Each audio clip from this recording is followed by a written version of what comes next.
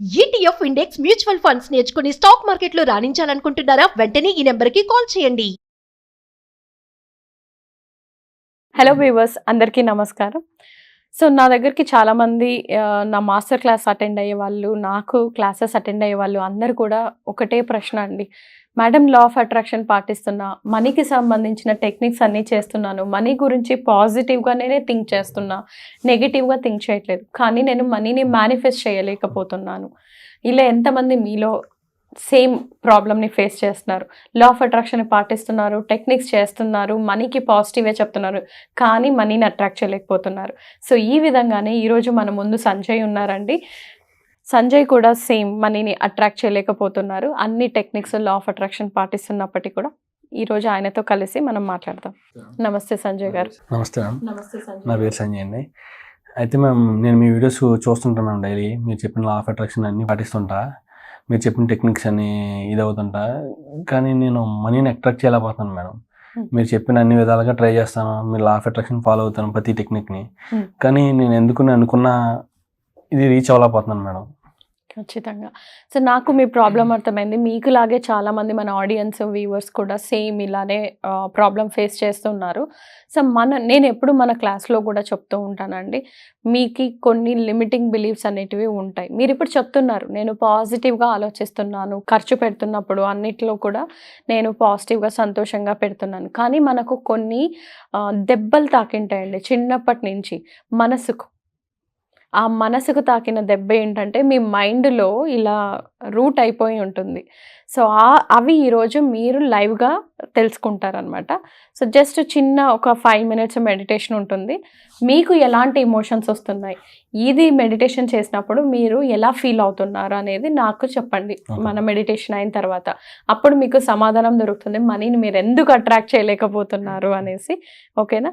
So మీరు ఏం లేదు, జస్ట్ కంఫర్టబుల్గా కూర్చోండి. ఆడియన్స్ మీకు కూడా ఎవరైనా ఇలానే ఫేస్ చేస్తున్నారు, సేమ్ ప్రాబ్లమ్స్ ఉన్నాయంటే, నేను ఇప్పుడు తనతో సంజయ్తో నేను చేయించే మెడిటేషన్ మీరు కూడా చేసి చూడండి. మీ ఇమోషన్స్, మీ ఫీలింగ్స్ని కూడా మీరు గమనించగలరు. ఓకే సంజయ్ గారు, మీరు రిలాక్స్డ్గా కూర్చోండి. ఎస్, ఒక డీప్ బ్రీత్ ఇన్ చేయండి, ఇన్హేల్ చేయండి, స్లోగా ఎక్సేల్.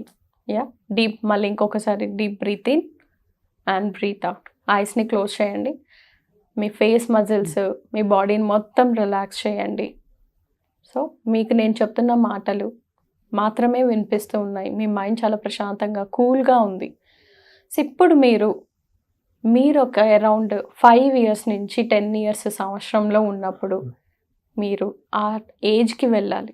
మీరు 5 సంవత్సరాలు 10 సంవత్సరాలు వయసులో ఉన్న ఏజ్కి మీరు వెళ్ళండి. ఒక మంచి అనుభూతి, మీరు చాలా గర్వంగా ఫీల్ అయ్యే ఒక ఇన్సిడెంట్ని మీరు గుర్తుకు తెచ్చుకోండి. మీ పేరెంట్స్, మీరు చాలా హ్యాపీగా ఫీల్ అయ్యారు మీరు చేసిన పనికి. ఓకే, నెక్స్ట్ సేమ్ మీరు అదే వయసులో మీరు ఏదైనా ఒక మీకు చాలా బాగా నచ్చినది, బట్టలు అవ్వచ్చు, ఆట బొమ్మ అవ్వచ్చు, షూస్ అడగచ్చు, ఏవైనా మీరు అడిగి ఉండొచ్చు మీ పేరెంట్స్ని. అప్పుడు మీ పేరెంట్స్ మీకు ఏం చెప్పారు? ఎప్పుడైనా వద్దు అన్నారా? వాళ్ళు చెప్పిన మాటలు ఏంటి? మీరు మీ మదర్ దగ్గరికి వెళ్ళి మీ అమ్మగారు ఏమైనా చెప్పారా? డాడ్ నాన్న కష్టపడుతున్నారు, నాన్న కష్టపడిన డబ్బులు కదా, నెక్స్ట్ మంత్ చూద్దాము. ఇలాంటి సందర్భాలు ఏమైనా ఉంటే అన్నీ కూడా గుర్తుకు తెచ్చుకుంటూ ఉండండి. జస్ట్ మీరు అన్నీ గుర్తుకు తెచ్చుకోండి. అలాంటి టైంలో మీరు ఎలా ఫీల్ అయ్యారు అవి మాత్రమే మీరు ఇప్పుడు గుర్తుకు తెచ్చుకోండి. సో అదేవిధంగా మీరు ఏదైనా ఇష్టమైనది చదవాలనుకున్నారు, మీ ఇంటర్మీడియట్లో మీకు కావాల్సిన సబ్జెక్ట్ తీసుకోవాలనుకుంటున్నారు, ఈ కాలేజ్లో చదవాలనుకుంటున్నారు, ఫలానా కావాలనుకుంటున్నారు, సైకిల్ కావాలన్నారు, బైక్ కావాలన్నారు, ఇలాంటి సందర్భాల్లో మీరు ఫేస్ చేసినది ఏంటి? మీ అమ్మ నాన్న దగ్గర నుంచి వచ్చినది ఏంటి? బాగా విజువలైజ్ చేసుకోండి, గమనించండి. మీ ఇమోషన్స్ అక్కడ మీకు ఏమేమి వచ్చాయి అనేటి గమనించండి. ఓకే, జస్ట్ నౌ ఇప్పుడు మీరు రిలాక్స్ అయ్యి స్లోగా మీ ఐస్ని ఓపెన్ చేయండి. రైట్? సో మీరు అలా చిన్నగా ఉన్నప్పుడు, కాలేజ్ టైంలోను, మళ్ళీ మీరు ఈ టైంలో ఉన్నప్పుడు ఇంట్లో వాళ్ళు మీకు లేదు, వద్దు, నెక్స్ట్ టైం చూద్దాము అన్న సందర్భాలు ఏమైనా గుర్తొచ్చాయా ఇప్పుడు మీకు? అవును మేడం, 2 సంఘటనలు గుర్తొచ్చినాయి మేడం. నాకు ఒక 10 years ఏజ్ ఉన్నప్పుడు అనుకుంటున్నాను మేడం. అప్పట్లో నేను కొద్దిగా ఎక్స్పెన్సివ్ సైకిల్ని అడిగా.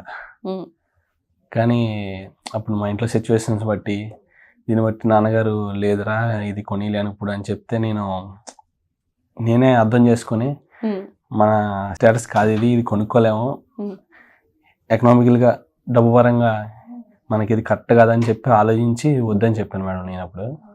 సో ఒక్క నిమిషం అండి. సో మీరు మీ నాన్నని అర్థం చేసుకున్నారు, కానీ మీకు మీరు ఏర్పరచుకున్నది ఏంటి?